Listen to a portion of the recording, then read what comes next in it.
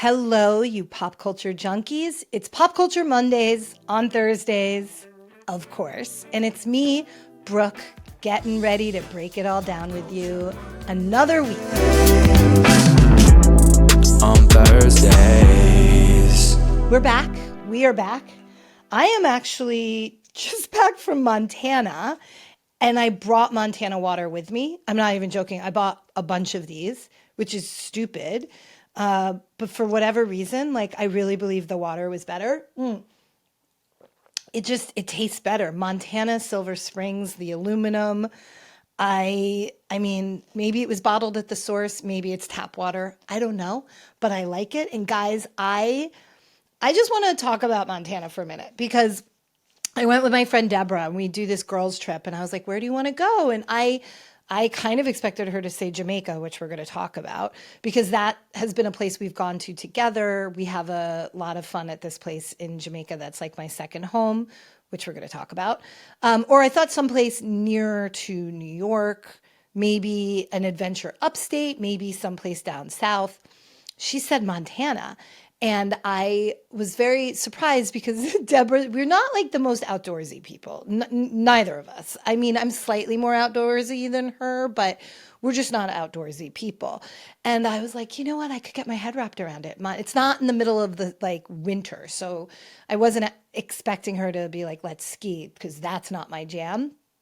But I was like, yeah, you know what? I'm into it. I'm into it. And then we started researching like where to go and stay in Montana. And that place is expensive. I'm saying this as a New Yorker who lives in Los Angeles, like pretty expensive cities. Montana is no joke. Like it's crazy expensive.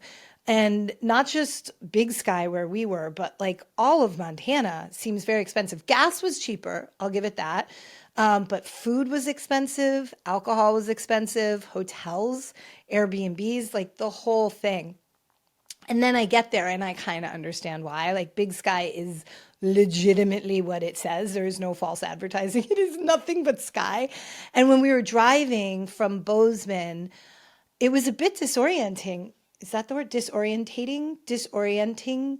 So it's like when we're driving, I'm used to LA, I'm used to New York. The sky was so big and the mountains were so big and the river, and you're just like, it felt like how I felt when I was at the Sphere. Like you feel like you're high. Like I felt like I was hallucinating. And when I was driving, I had to sort of like white knuckle it at points because I just was so nervous because you see everything is just on a different scale. And I was really sort of, I don't know, does anybody else feel that way? I was like holding on for dear life as I was driving, even though I'm driving very slowly. I'm in a huge SUV. It just totally threw me, disorientating. Somebody tell me what that word is. Send me in the comments. But I loved it. Like I got used to it to where I was sort of like using one hand on the wheel. I felt really confident in that situation. But I have all the time in the world now for people who keep going on and on about Montana. And then we did this Yellowstone safari through the Yellowstone Safari Company. And I was sort of like, oh, that's funny because I've done a lot of safaris in Africa, but it is truly a safari experience. We had this amazing woman, Gabrielle, and they pick us up at like 6 a.m. and it was a luxe experience. Like, I'm not going to lie. We were in like not a Suburban, like I think it was like it was some fancy SUV. And they had like picnic lunches that were gourmet sandwiches. We had champagne later that day. It was really, really nice. It was very bougie. We were not roughing it. But I also will acknowledge that I'm a little geographically uneducated, naive, maybe I should say, because I understand conceptually where states are. I understand that Montana, Wyoming, and Idaho are in the same vicinity. What I did not understand was that Yellowstone National Park is in all three of those places, and you can get to all three of those places in a relatively short period of time. We did not do Idaho, but we did go from Big Sky to the I can't remember. My friend Brian was asking me, did you do the eastern entrance or the western entrance? And I was like, do you know, like, Do you know who you're talking to? My east and west and north and south are not good, but we went into Wyoming and we entered the park through Wyoming. And if you guys have not been, now I'm not a national park junkie. I've not done all of them. I've never been to the Grand Canyon. I have never been to Yosemite. I've been to some others like Joshua Tree or whatnot. But it's like I say, I'm not outdoorsy, so I feel sort of like I don't know, an interloper. I find it very funny that we decided to go during a government shutdown, but the park was open. People are working there, even if they're not getting paid. It was extraordinary. It is so huge. I can't even comprehend, but it is one of the most spectacular places I have ever seen in my entire life. From waterfalls to the mountains to the geysers to the animals. And I learned something which I think people are going to be kind of shocked over. I certainly was. I was like, that can't be true. Because I asked the guide, because we kept seeing bison everywhere. But in my head, I'm like, where the buffalo roam? So I asked her what the difference between bison and buffalo are. And will we see buffalo? And she says, well, actually, bison are what people refer to as buffalo, but they're not. Like I've seen buffalo in Africa and they're very different looking animals. And it turns out they're different species. Like buffalo and bison are not the same. And we've just been gaslit into calling our bison buffalo. So like the Buffalo Bills, Buffalo Bill, like, you know, where the buffalo roam, all the songs that incorporate buffalo. When you've seen like buffalo burgers, it's all bison, and bison are not buffalo. It's not like bison are like a type of buffalo. They are not. We've just turned them into calling them buffalo. I don't know if it like sounded better where the buffalo roam versus where the bison roam. I don't know. But we don't have buffalo in America. There are no buffalo in North America. Buffalo are in like places like Africa. Wild. So wild. But we saw a lot of them. They are hilarious. They are beautiful animals. Elk, saw a lot of them. Saw a bear, so cool. And they're just getting ready to hibernate. And saw a apparently very, very rare sighting of a great gray owl, which just was like, oh, you guys are here for me? I'm just going to sit here. Like I was there for 30 minutes watching this owl that's totally camouflaged. So whatever guide spotted the owl and then let the other guides know where it was. And we all like creep and crawl over there. It was so, guys, I could sit here and talk about Yellowstone all day, but it was extraordinary. I had a lot of fun. I ate a lot of meat. It's a must. It's whatever time of year. I want to go back and do like snowmobiling and sledding. I want to go back in the summer, like big Montana fan. I love Wyoming too, like Jackson Hole, all that. It might be my thing. I thought I was a beach girl, but the water. I know it's like now we're our advertiser is Montana Silver Springs. Anyway, I wanted to have a little fun convo before we get into some crazy stuff. And full disclosure, I am recording this Monday evening. This will not come out until Thursday. We will know by the time this comes out what has happened to Jamaica. So this will be like a time capsule of talking about the leading up to it. I may have to record a little front of podcast thing on Wednesday, depending on how things go. But Hurricane Melissa, it is on par to being the biggest hurricane to ever hit Jamaica or really that part of the world. It is the biggest storm right now on planet Earth. It is a category 5. That is like DEFCON 1. It is end of life scenarios. And it is hitting an island, and any island, it would be a horror, any place it hits will be a horror show. There is no infrastructure in the region that can withstand a category 5. There is going to be damage if there's a category 5. What I don't want is for Jamaicans to get into a depression that it would be the end of the world. What I want you to always be is positive in your outlook, and that even if the worst comes, we will be able to recover. Selfishly, as many of you know who follow me, who have been reading the newsletter for a long time, who follow me on social media, know that Jamaica is like a second home to me. And I cannot tell you how many people have been reaching out today, all of them, just like everybody who was at my 50th birthday party, which was in Jamaica. My 45th birthday party was in Jamaica. My 40th was in Jamaica. I spent a lot of time there as a child, like core memories, like this sound. I mean, just close your eyes with me and let's just listen to this sound. And this is Jamaica at night.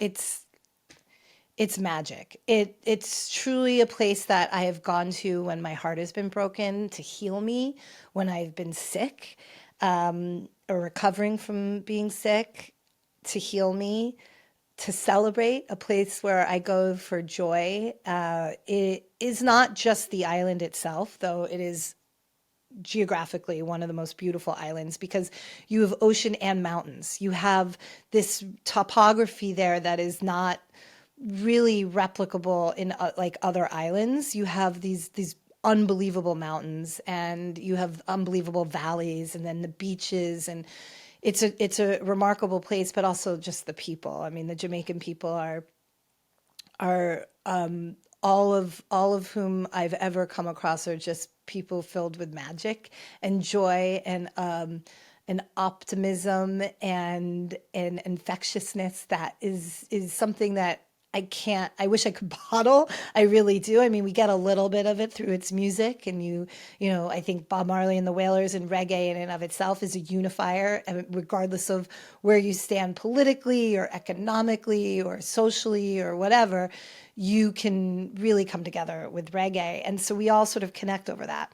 The food, the lifestyle, just everything about Jamaica. So I talked to my friend Marika, and she and Chris are safe. They're in a safe place outside of Golden Eye, which may get destroyed. We just don't know.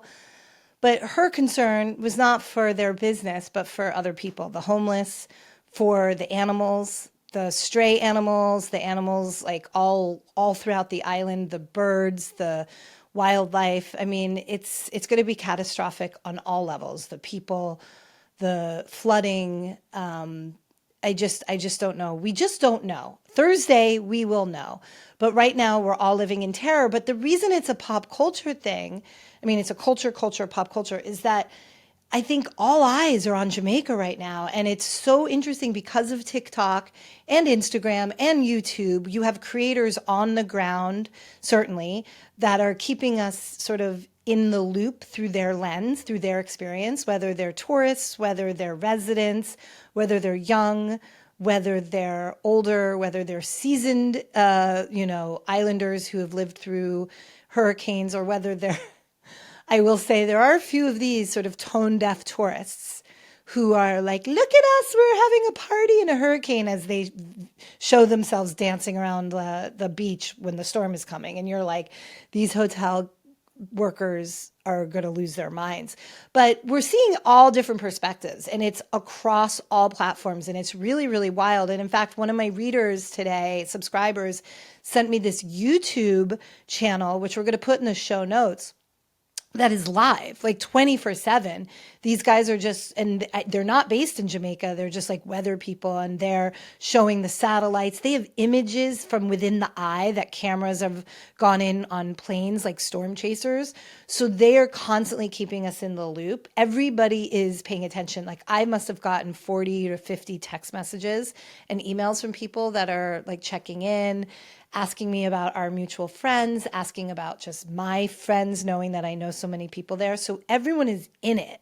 But I will say that there are some creators who just did not like get the memo on how to be. They're going to be in for it. So just take a little gander at some of these. I would say maybe not the best choice of their content to put out there and put it on their channels, but just take a look at a few of them. Yeah, I'm just out here living my best life. Hey. The nigga of the storm. Where the storm then? Storm, me there wait for you. Where are you? We came to Jamaica and there is a tropical storm and slash hurricane forming, but look at the weather. It's beautiful. The hot gal anthem. This is a hot gal anthem. You and your friend lit, bend your back bend. This is a hot gal anthem. You and your team lit, away your book bend. Yeah, I mean, Godspeed. They make it about themselves, or they're just completely clueless into like the fact that this is something to be taken really seriously. Or they're just in it for themselves and talking about, you know, not thinking about the people that having to work at the hotels, all of those things, people making light of it. So not in the best of taste. Just, I always wonder what goes on in their heads, because like they live online. So they know what the feedback, they've seen this before. They're reading the comments, and people, the comments are brutal on some of them. Like, wow, way to make it about yourselves, or way to show no respect. I mean, no respect. But then you have others that are sort of citizen journalists keeping us in the loop, like really hour by hour. It's like, and the way that hurricanes work is that there is that, it's a saying for the fact that it's a saying, the quiet before the storm, that eeriness, that even the sun can be out. And then the next minute it's pouring rain, the sky's gone black, the winds have picked up. So we get to see that in real time for as long as there's connectivity on the island. And I will say that there's probably not going to be connectivity on the island after a certain period of time, like not just no Wi-Fi, no power, no phone service, which is where my heart starts to get really, really nervous. But just take a look at some of these citizen journalists. We are most likely going to be in the master that's going to be the safest for us based off the wind and everything. The only thing that she said with the master is that it will probably get a little water in it. We have all of our passports and everything like in a bag. We have our little bag. We have our first aid kit, waters, food, everything. So I'm losing my mind, I think. Home is gonna feel so good. Like this is gonna change my brain chemistry forever. Genuinely cannot wrap my head around the fact that in a couple of days we may be living in a completely different reality. Anybody that lived through Gilbert who is old enough to understand the impact that Gilbert had on us will get it. So much time I've been renovating my house for 2.5 years. And I was finally supposed to get my kitchen this weekend. Be living out a kitchen for 2.5 years. Like, I'm just looking at everything that we've done, and I'm just thinking, will it even be here? And we've talked about Jamaica here before in my podcast. I guess it was whenever the last hurricane was, a year ago, when we were just audio. And there's some amazing leaders that come out of this, whether political leaders out of Jamaica, or hotel managers, or just citizens who sort of take charge and make people feel safe and giving people the information. And that's what I think is so the beauty of the social internet, whether it's TikTok or YouTube or Instagram or Twitter. In this case, emergency information is getting to people for as long as they have connectivity and information. What can we do now with the rise of ChatGPT and so forth? People are using that to learn, like, what can I do to prepare?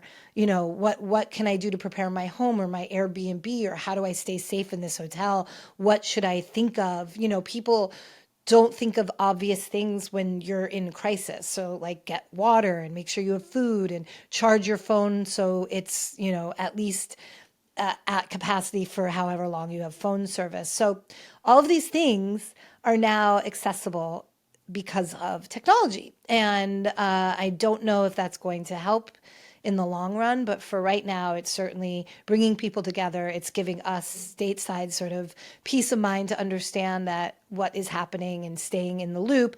Because if you turn on the news, I just have nothing to say anymore. But like, I can't. Like, certainly in America, I think it's different internationally. But in America, like, they mention it, they talk about it, and then they move on to some insignificant political bullshit yet again. Yes, our government is shut down. Yes, but like, the world is bigger than what is happening in America right now, and we are responsible for being aware of what's going on just outside of our neighborhood, our community, our country. And so I find that broadcast news is not necessarily helpful there. And even online news, like if you do a search, there's some things that it's like not been updated for 24 hours or 18 hours. And these are things that we need updated minute by minute. And that's why the internet, and especially creators and people that are not actual newscasters, are incredible in this moment. So listen, I am wearing like rainbows and butterflies and unicorns and all my sort of memories of Jamaica. I am hoping for the best. I am expecting the worst. I am praying for a miracle, that it just somehow changes course and goes out to sea, not goes off to another island. That's not what I mean. I just want it to go away. But we will come together, and once the hurricane is over and once we're able to assess the damage, I will use this platform as a place for us to, learn about where we can help, how we can help, whether it's money, whether it's donations, whether it's actually physically going there, which I certainly will do once that we are able to, once we understand the damage, and be on the ground to support my friends and their community. So I will let you guys all know, both via this podcast, via my newsletter, via my Instagram, via my social channels, whether you follow me on Twitter. I love that I'm dead naming it still. Twitter, Blue Sky, Threads, Instagram, this podcast, the newsletter. However you want to find me, that's where it'll be. So we'll keep you guys informed on what we can do. And I just hope that when this comes out on Thursday, it's not like Jamaica's gone. And I say that, I'm not saying that lightly. I just cannot possibly get my head wrapped around what some people are saying is going to happen to this island. So if I seem disturbingly uplifting, it's just me trying to stay positive and stay on track and not create a crisis before there's something to really navigate, if that makes sense. So moving on to slightly more fun, lots more fun, also quite dramatic, but for different reasons, is the Lily Allen album, West End Girl, which dropped this weekend out of nowhere. And it's the first album she's made in 7 years. 7 years. Now, I need to, before I go further, full disclosure, Lily is a friend of mine. We're not besties, but I adore her. I have met her ex-husband, David Harbour, only briefly right after they got married. I've been to the house that is now for sale, this beautiful brownstone. So if you guys have $8 million and want to buy an amazing, amazing brownstone in Brooklyn, it is for sale. She dropped this album. Nobody saw this coming. This was not a hyped album like Taylor Swift, but this album is a banger. This is a better album. I'm not going to lie. Listen, Life of a Showgirl, I'm one of those people. It's a grower. It's grown on me a lot. But West End Girl is like, it's a fucking banger of an album. It is also one of the greatest revenge situations that I've ever come across in real life. It is the dream. Like, let me be clear. I've had my heart broken. Many of you who know me have followed me along in that journey, but I've had my heart broken. Not once, a few times, but when the ground underneath your feet is just decimated, when this person that you have grown with and loved and trusted, and I can't even imagine with her because she has children that she let fall in love with this man. And when you have that sort of all of a sudden ripped from underneath your feet and you realize that it was like all a lie and that this person has been like the amount of energy it takes for a man to concoct all of these lies, to the labyrinth of lies and different women and stories and keeping it straight it's just like how exhausting. Like I thought you just want to sit at home, like put your hand down your pants and watch football. Like how did this become such like an ordeal? Like we can barely get them to like wash the dishes, but they can create this whole like, underground secret life. It's wild. So this is what happened apparently with Lily. And I'm not saying anything that we don't know because she put it in the album. And I will tell you, I have had fantasies, revenge fantasies. Like, I wish I was famous when this guy and I broke up and he destroyed me. If I were famous, and then I would go on Jimmy Kimmel and I would just decimate him. I would say everything. I would drop. I would lay it out. It's not going to happen.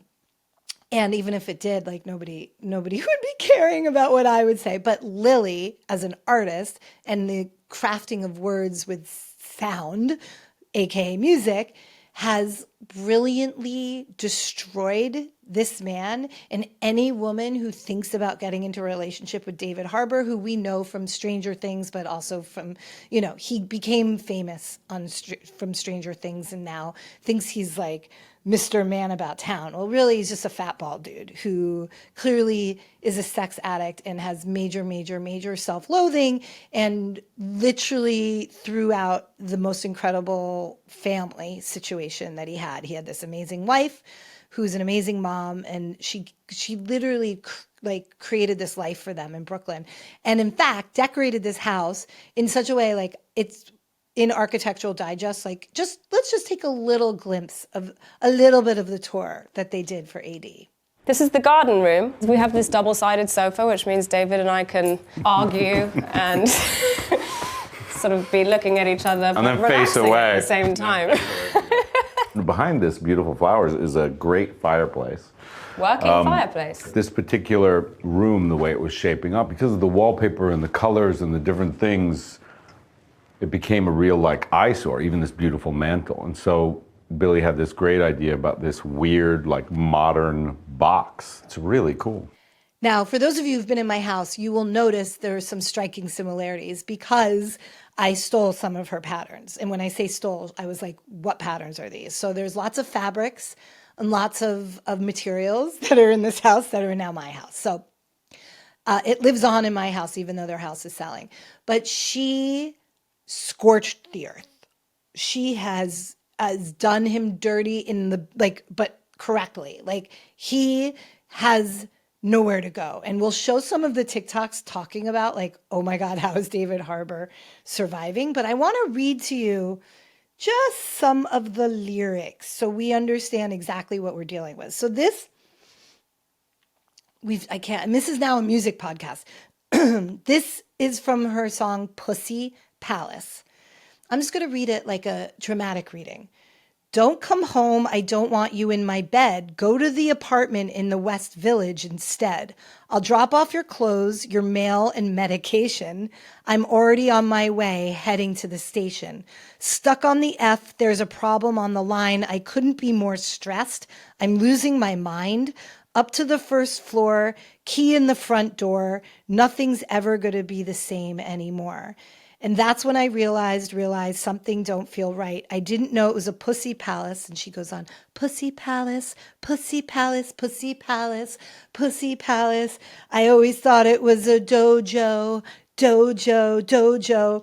So I'm looking at a sex addict, sex addict, sex addict. I'll talk about a low blow. Oh no, I didn't know it was a pussy palace. It goes on. I found a shoebox full of handwritten letters from broken-hearted women wishing you could have been better. Sheets pulled off the bed, the strudel on the floor, long black hair, probably from the night before.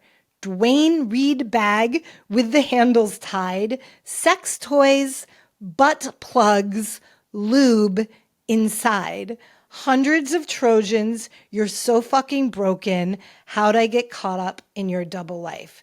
And that's when I realized something don't feel right. I didn't know it was a pussy palace, pussy palace, pussy palace, pussy palace, pussy palace. I mean, it is such a banger, but holy shit. She gets detailed. I love this guy's TikTok where he is basically explaining there are other people who have breakup songs and it's he broke my heart, he broke my heart. And then there's Lily. You broke my heart and I'll never forgive you. What's her name? At 6:53 p.m. on November 14th, I found a Dwayne Reed plastic bag with the handles tied together under your bed. I opened it up, and what did I find inside but butt toys, lube, and hundreds of Trojans? That's when I texted your mistress, Madeline. You recently purchased a bag for her, which I discovered the receipt for at Bergdorf's in May of 2024. Okay, so that was one song. That's just one song. And we're going to play a few more TikToks, but let me just read one other song because this one is quite interesting. It's called Madeline, and it is from the perspective of her communicating with the woman that he is now in a relationship with, her, that she's caught them having an affair. And in the song, she actually plays voicemails or like re-records voice messages, but also is reading text messages. And apparently this is all like actual texts and actual voice messages. But this is from her perspective. This is Madeline. This is from Lily's. I know none of this is your fault. Messaging you feels kind of assaultive. Saw your text. That's how I found out. Tell me the truth and his motives. I can't trust anything that comes out of his mouth. No, I can't trust anything that comes out of his mouth. How long has it been going on? Is it just sex? Is there emotion? He told me it would stay in hotel rooms, never be out in the open. Why would I trust anything that comes out of his mouth? Oh, why would I trust anything that comes out of his mouth? We had an arrangement.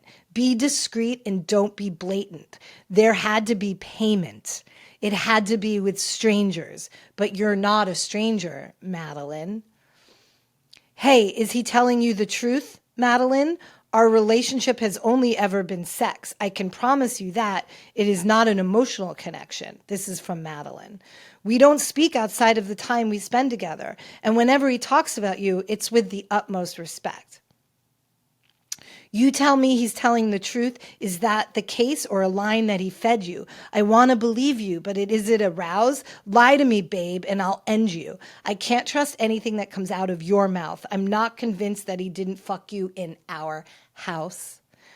Guys, it goes on. It goes on. So basically, the two songs paint the picture. I mean, the whole album is a banger, but these two songs in particular. So the Pussy Palace, basically, they had a West Village apartment. It was meant to be like his man cave where he went and did man things, whatever, played video games, watched sports. Like that's what a dojo is. But she found out, no, he kept the West Village pad as a fuck palace, basically, and where there was clearly a lot going on. And so she discusses that they had this open relationship she talks about in Madeline, an agreed upon open relationship, but that there were boundaries. And those boundaries are you're not emotionally tied. You're not doing it with anyone you know, assuming it's with a hooker or just like a one-night stand. And it is a one-night only thing. It's just a release, if you will, of sexual stuff. You are not having a bunch of girls on the side.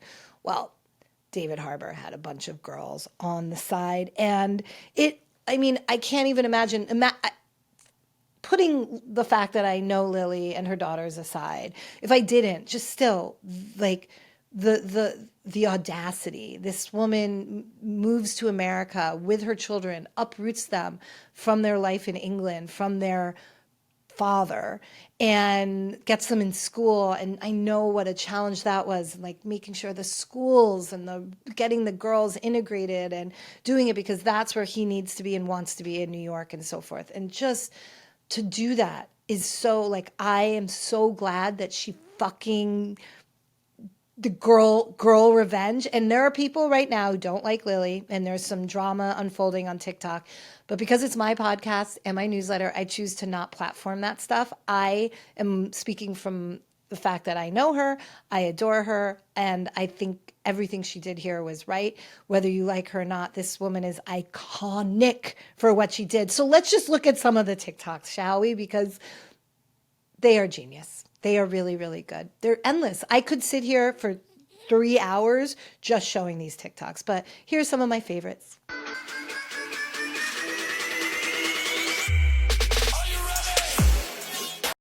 Burn, David. Oh my God, ew, David. Ew, David. Ew, David. David. If I was David Harbour, I would be going into witness protection. Have you heard Lily Allen's new album? Have you read the lyrics? Oh my God. Oh my God.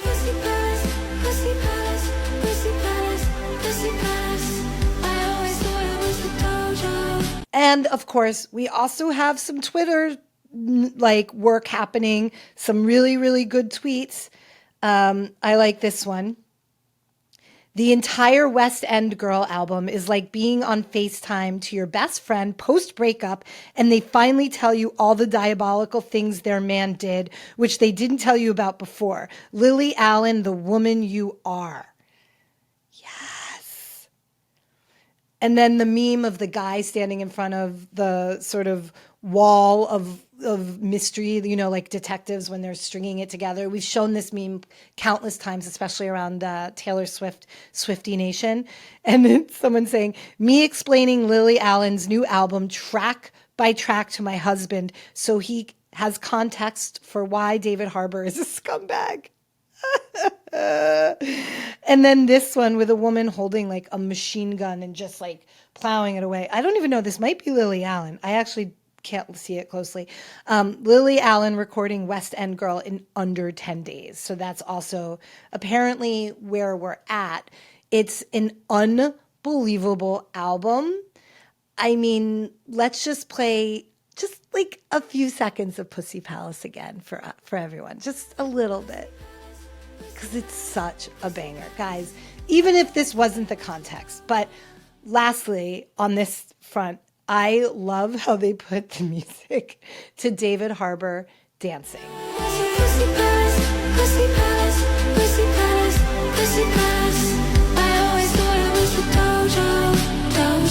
And so, PSA ladies, any one of you get on Raya or anywhere David Harbour has been popping up, which he's been on Raya, avoid multiple red flags. You're not going to change him. Lily Allen is literally perfect.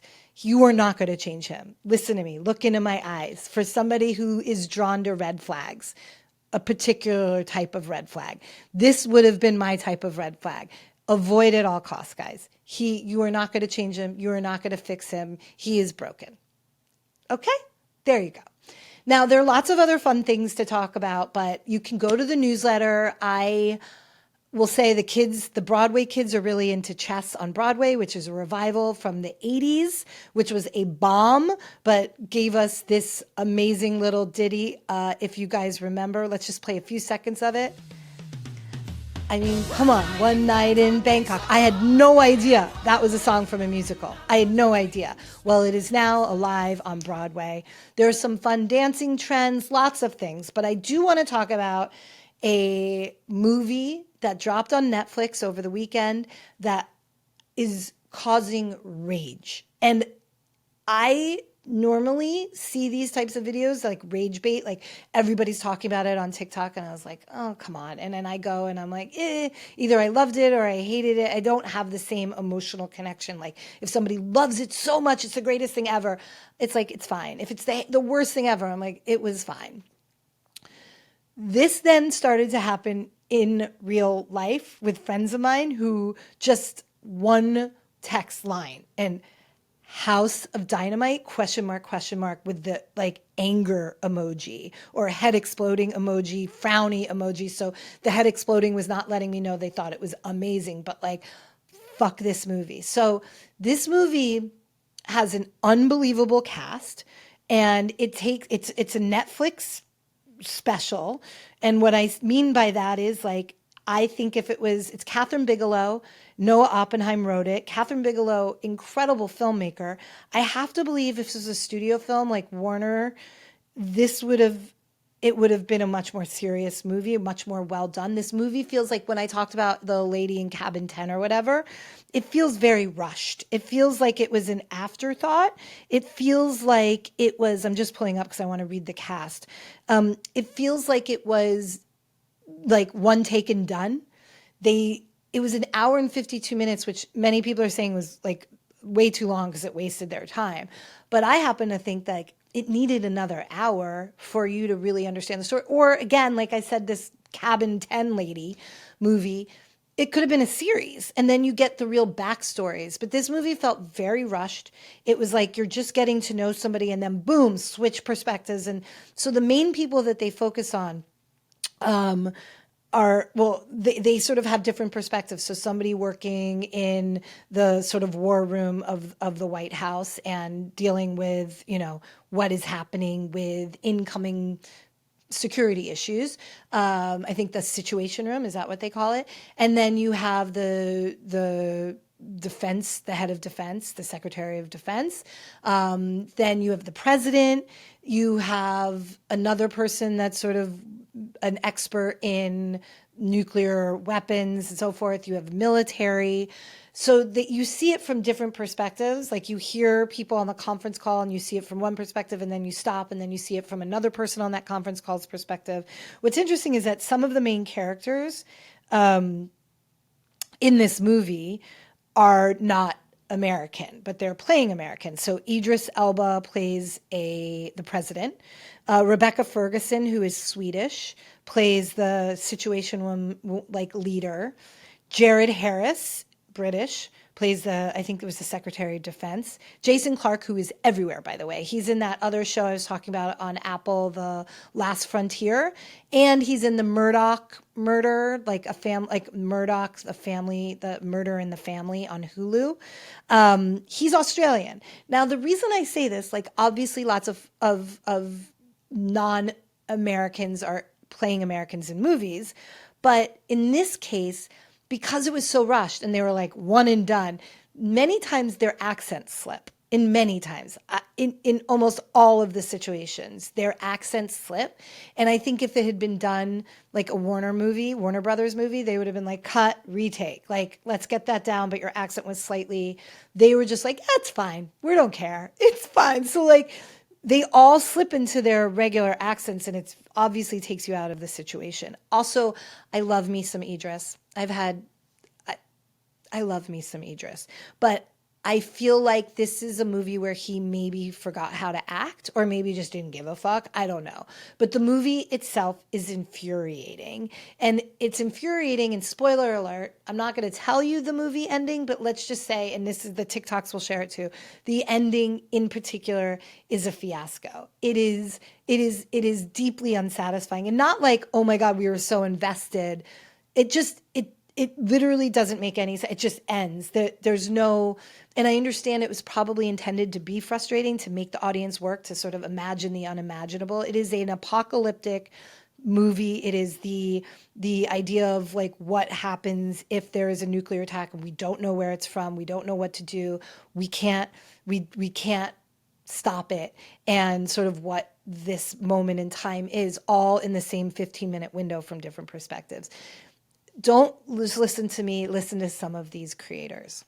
Oh, I am fuming. So essentially, it starts off with Rebecca Ferguson's character, and she's basically someone that works in the White House. Honestly, the one thing about this film is they used all these acronyms like ABC, CMB, GLM, LGBTQ, HDTV. I don't know what these American terms, military terms mean, right? So majority of the time, I had no idea what I was watching, right? I'm a bit thick.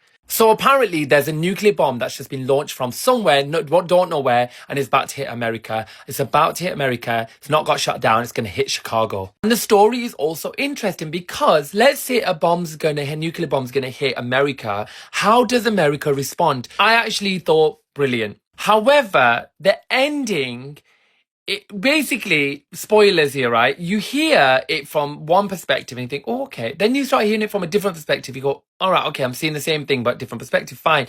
Then you see it from a third perspective and you're like, all right, already get it, right? Why are you showing it me 3 times? And it just ends. I don't know.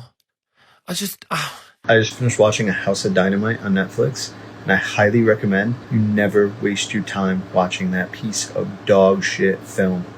It was 2 hours of wasted time. It ended on not even a cliffhanger, just a shit ending where you have no idea what happened. No idea. I would not ever go and watch it. You had a 15-minute bit of the president going to play basketball with the Angel Reese. It was a 3-part movie. Part 2 and Part 3 were the exact same fucking thing. Never watch that movie. You'll regret it instantly if you do. I have never genuinely been mad after watching a movie like I was after watching House of Dynamite on Netflix. You ever have one of those friends that starts telling a story, but they never wrap the story up? They give you one detail from different areas, but they never get to the conclusion. They never tell you what happens after, what caused, but they never tell. This is exactly what this movie is. Watch it if you want to, but you will absolutely leave that movie feeling like your time was wasted. And I guess there are worse things. Like, so many people are talking about it. It's still driving people to the movie. People are going to watch it. But it feels like such a shame, because the potential was there. The cast is remarkable. The storylines, I wanted to know more. I wanted to understand. I wanted to know. And at the end of the day, it's a movie, and we do need an ending. Like, there's only a few, like The Sopranos ended the way it did after we invested a gazillion hours into knowing everything, and there was almost no other way to leaving it up for interpretation. But this, like, we just sat there for an hour and 50 minutes sort of just getting into it, just like, okay, now we're getting somewhere, and then credits. Mind-blowing. Like, do better, Netflix, or don't make movies. Just license other movies. Let the studios do their thing. Let them. They know what they're doing, especially Warner Brothers right now. Okay. So with that, thank you, my darlings. Let's all stay in touch about Jamaica. Obviously, this will be a little stale by the time it comes out. I may have to can the whole thing if the island is obviously... well, let's just not even say that. I am sending all the love that I can to everybody connected to Jamaica, friends and family there. And we'll just have to see. And thank you to Live Nation for making this podcast possible. And I'll see you guys next week.